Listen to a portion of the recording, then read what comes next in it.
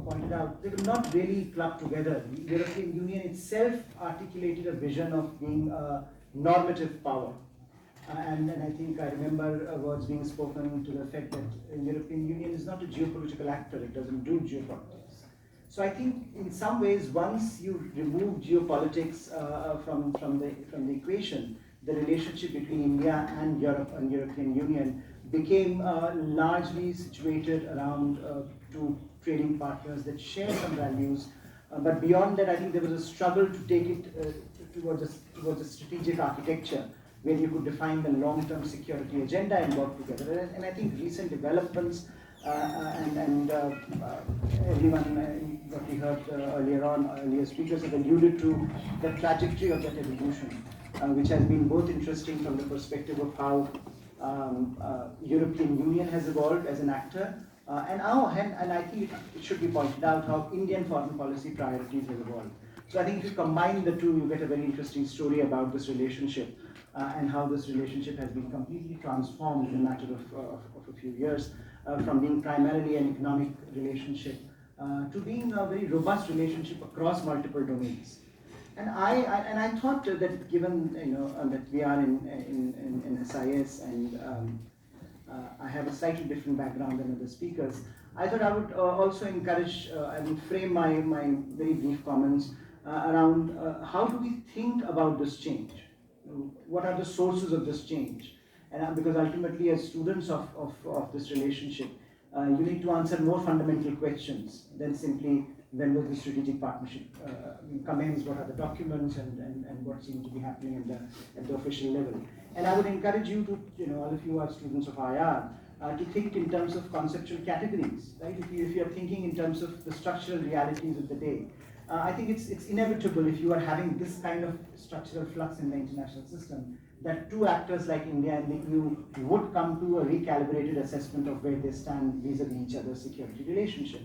I think most speakers have talked about the balance of power changing, a rise of some powers like China, Eurasia landscape changing, Indo-Pacific landscape changing, India rising as a matter of fact, and the European Union recalibrating its assessment of how it wants to project itself around the world. So when you look at this flux in the balance of power, it's inevitable that you would come to an assessment that look, India needs partners, European Union needs partners, and here is a partnership that is almost given to you on a platter, given all the things that we've talked about, values included. So I think in some ways the structural realities that presented themselves to India and are presenting themselves to India are allowing us to ask some of these questions that we were reluctant to ask before.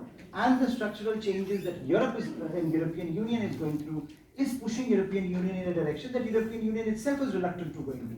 So I think it's the fact that European Union today conceives of itself as a geopolitical entity is a reflection of how the structural dynamic around has changed, how the world order has evolved rapidly, and how certain actors are almost making it inevitable that these two actors like India and European Union should get their act together. And at the structural level, I will also point out that look, it is also a question at times of globalization and where economic globalization has taken us, and what kind of questions we are asking about globalization today. If you think of globalization today, you don't think of positive ideas coming today. You think of deglobalization, de-risking, decoupling.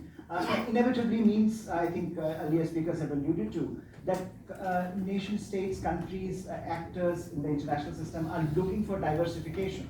Now, if you are looking for diversification of your trade relationships, supply chains, I think it is inevitable that again, India and EU would come together and think through some of the implications. I think Dr. Prof talked about almost, it's very attractive to call it an alliance of democracies or a coalition of democracies, but I think that's where we are. When we used to say, look, let's trade and become friends, we are saying let's trade among friends first. Let's try to figure out let's work on technology. Technology sharing has become a big issue. Both European Union and the US are imposing extremely difficult conditions on certain countries when it comes to technology. Whereas India is given an open field because there is a trust factor here that is inevitable in the way we are thinking of how we engage with on this issue in particular. So I think when you are looking at these factors, evaluate those factors and think how those factors are contributing to this relationship.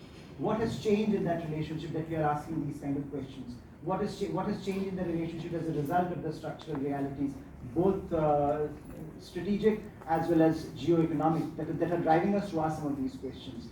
Similarly, I think institutionally, if you think of the institutional factors around you, you look at a matrix of institutions that are weak, that are vulnerable, that are not appropriate with the challenges of 21st century, and therefore the push towards new coalitions. So I think India, EU working together in third countries, we were in a different, I think some of us were in different contexts earlier this morning, and we were talking of India, EU working together in third countries, like in third places, Africa, Latin America. I mean, these are new coalitions emerging as a response to our times, because the existing institutions are not working. So when you talk of, we live in the age of minilaterals, plurilaterals, which are being defined by their ad hocism, by their informality. So what Dr. Pottering was laying out for you was a very expansive engagement with the whole question of European Union and how European Union came into being and became such a robust institution. Today there is around the world a sense that existing institutions are not working.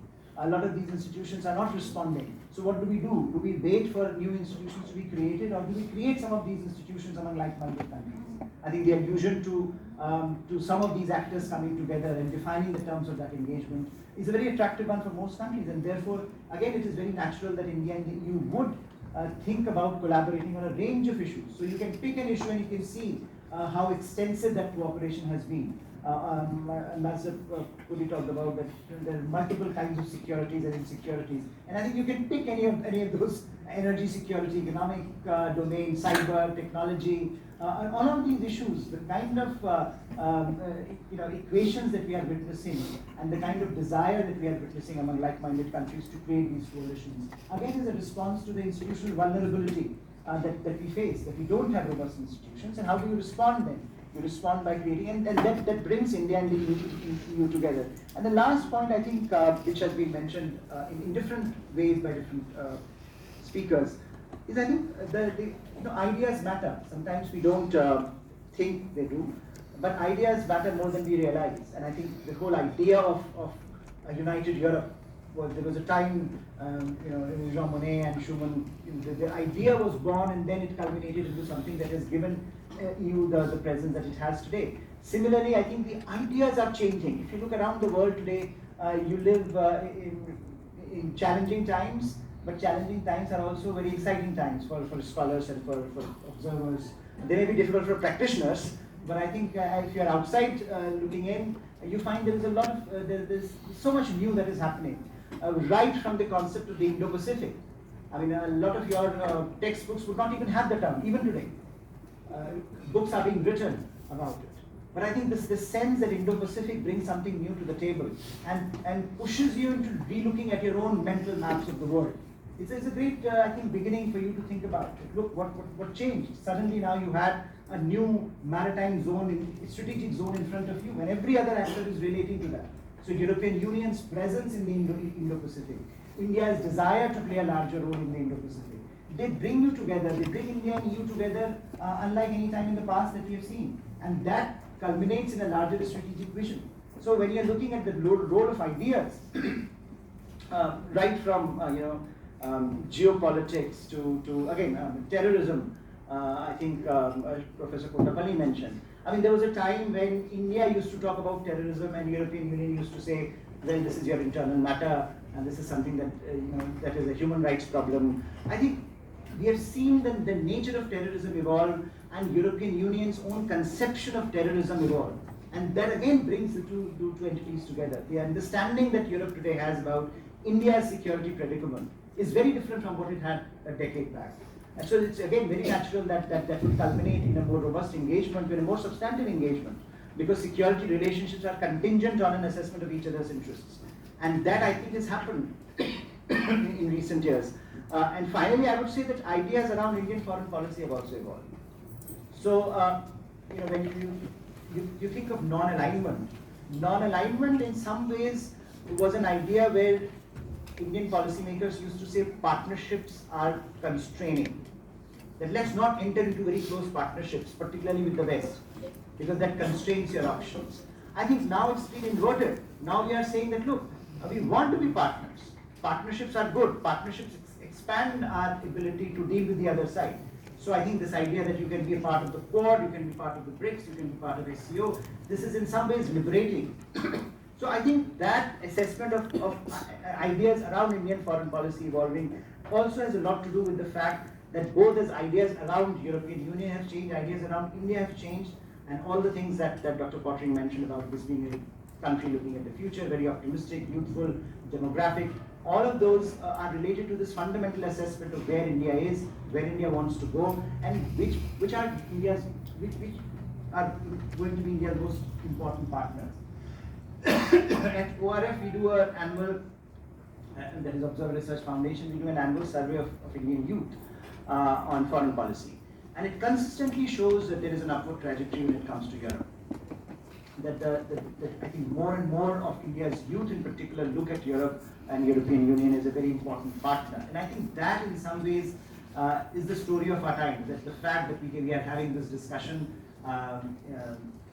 in a room full of very young people. I don't know whether you have been coerced to be here by your teachers or not, but the fact that this is a packed room talking about India, Europe, and security calculus is a reflection of those changing times. So I think appreciate that, learn more, and do big things in India-EU relationship. Thank you very much.